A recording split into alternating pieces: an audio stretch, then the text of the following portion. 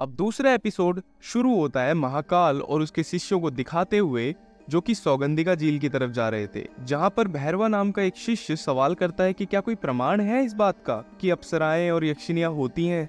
जिस पर महाकाल बताता है कि ये अप्सरा अलकापुरी में रहती हैं, जहां पर कुबेर का राज है और वहां की अप्सराएं सबसे ज्यादा सुंदर और योग्य होती हैं, शक्तिशाली होती हैं, और उदम आर्वतंत्र नाम की किताब के अंदर इनके बारे में अच्छे से बताया गया है।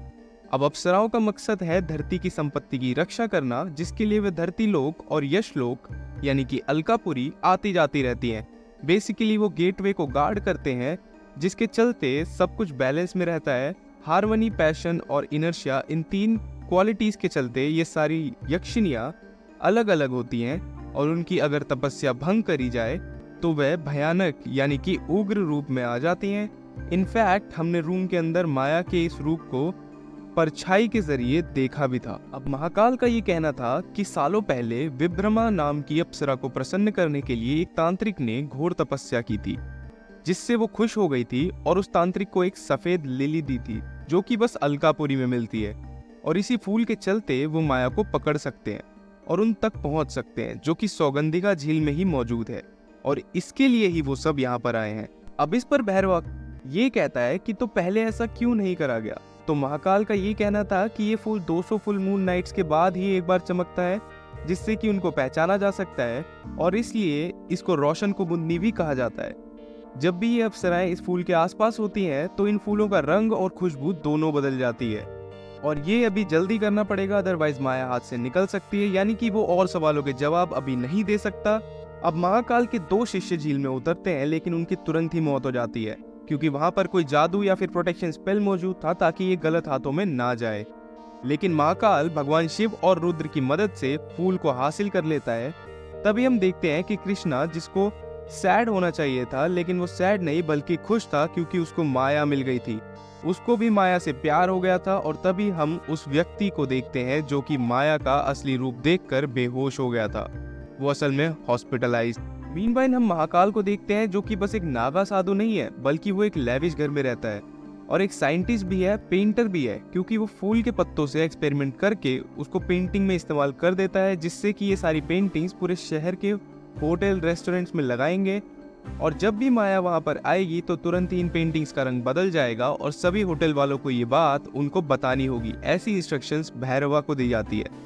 अब ये पेंटिंग बाकी जगहों के साथ साथ सीधा लव मोटेल में भी लगाई गई थी, क्योंकि वहां पर भी माया अक्सर आया करती। भैरवा अब महाकाल से ये सब करने का कारण पूछता है, तो महाकाल बताता है कि कुबेर खाली यक्षों को राजा नहीं है, बल्कि रावण का बड़ा भाई भी है।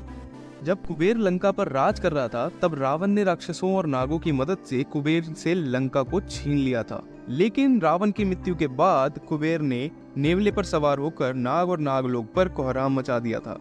नागों को मारा और उनकी ढेर सारी मणि चुरा ली, और महाकाल नागास का ही वंशज है, यानी नागा साधु है। महाकाल कुबेर समेत यक्षिणियों और अलकापुरी को तबाह करना चाहता है, और यही उसका असली मकसद है। खैर, अब कृष्णा जाता है क्लब मस्ती करने के लिए, जहां पर ऑब्वियसली माया आ जाती है। ये दोनों बहुत ही ज्यादा ड्रिंक करते हैं, मस्ती करते हैं, जिसके बाद माया कृष्णा को अपने घर ले जाने की रिक्वेस्ट करती है, और कैब में ये दोनों जाने लगते हैं, जहां पर माया कृष्णा को किस करने लगती है। घर जाकर माया खूब रिक्वेस्ट करती है कि वो दोनों इंटीमेट हो जाएं, लेकिन कृष्णा ऐसा नहीं करता और घर से निकल जाता है। लेकिन हम नोटिस करते हैं कि माया नशे में नहीं थी, वो बस एक्ट कर रही थी। ऑब्वियसली धरती लोक की मदिरा उस पर क्या ही असर करेगी। खैर, अब कृष्णा बचते बचते बाहर आता है, जहां पर उसके जीजा जी मिल जाते हैं, क्योंकि ये कार उनकी ही थी और कार के अंदर का सारा कार्यक्रम उन्होंने देख लिया था। घर पर वो ये सारी चीजें बताते हैं और सभी माया के बारे में पूछने लगते हैं। सब काफी गुस्सा करते हैं, लेकिन कृष्णा के पास माया का फोन आता है। उसके ऊपर तो माया का जादू चल गया था, जिसके चलते वो अपनी मोटेल जाता है, जहां पर माया उससे मिलने आती है, और वो कृष्णा के साथ किसी शांत जगह पर चलने के लिए कहती है, जहां पर वो दोनों आराम से बैठ पाए। जिसके चलते हम देखते हैं कि पेंटिंग का रंग बदल गया था, और हम एक और चीज नोटिस करते हैं कि उनको कोई और छुपकर देख रहा था। तभी कृष्णा और माया एक साथ थे, जहां पर माया बहुत कोशिश करती है कि कृष्णा के साथ वो इंटीमेट हो जाए। वो कहती है कि शादी करना जरूरी नहीं है, लेकिन कृष्णा की यही शर्त थी कि वो शादी करके ही ये सब करेगा। यही उसकी माँ की आखिरी इच्छा थी। जिसकी वजह से माया गुस्से में आ जाती है। लेकिन उसके पास फिलहाल कोई और रास्ता भी नहीं था, तो वो वापस उसी पेड़ पर बैठकर रोने लगती है। लेकिन भद्रा ये कहता है कि शादी की ही रात अगर उसका पति मारा जाएगा तो उसको बुरा नहीं लगना चाहिए, क्योंकि अगर ऐसा होता है तो जब वो अलकापुरी जाएगी तो वो शादीशुदा नहीं रहेगी। मीनवाइल होटल वाले बताते हैं कि पेंटिंग का रंग अजीब हो गया है और महाकाल समझ जाता है कि माया यहीं आसपास है। अब उस पेंटिंग के ऊपर पीसी हुई कुमुदनी लगाई गई थी। उसी की हेल्प से एक नीली शक्ति का गोला यक्षिनी ट्रैकर बन के सीधा कहीं जाने लगता है और महाकाल समेत भैरवा भी उसका पीछा करते हैं। महाकाल माया को पकड़ने के लिए एक अदृश्य शक्ति छोड़ता है, लेकिन ये माया नहीं होती बल्कि एक और यक्षिनी या फिर अप्सरा होती है जिसका नाम ज्वालामुखी है, और इसी ने उस पेंटिंग को छुआ होगा ताकि महाकाल उस तक आए, ना कि माया के पास जाए। अब महाकाल गुस्से में ज्वाला की शक्ति बांध देता है और जब तक ज्वाला माया को उसके पास लेकर नहीं आएगी तब तक उसकी शक्ति बंदी रहेगी। लेकिन फिर भी ज्वाला हंसती रहती है जैसे कि वो कुछ प्लान कर रही हो।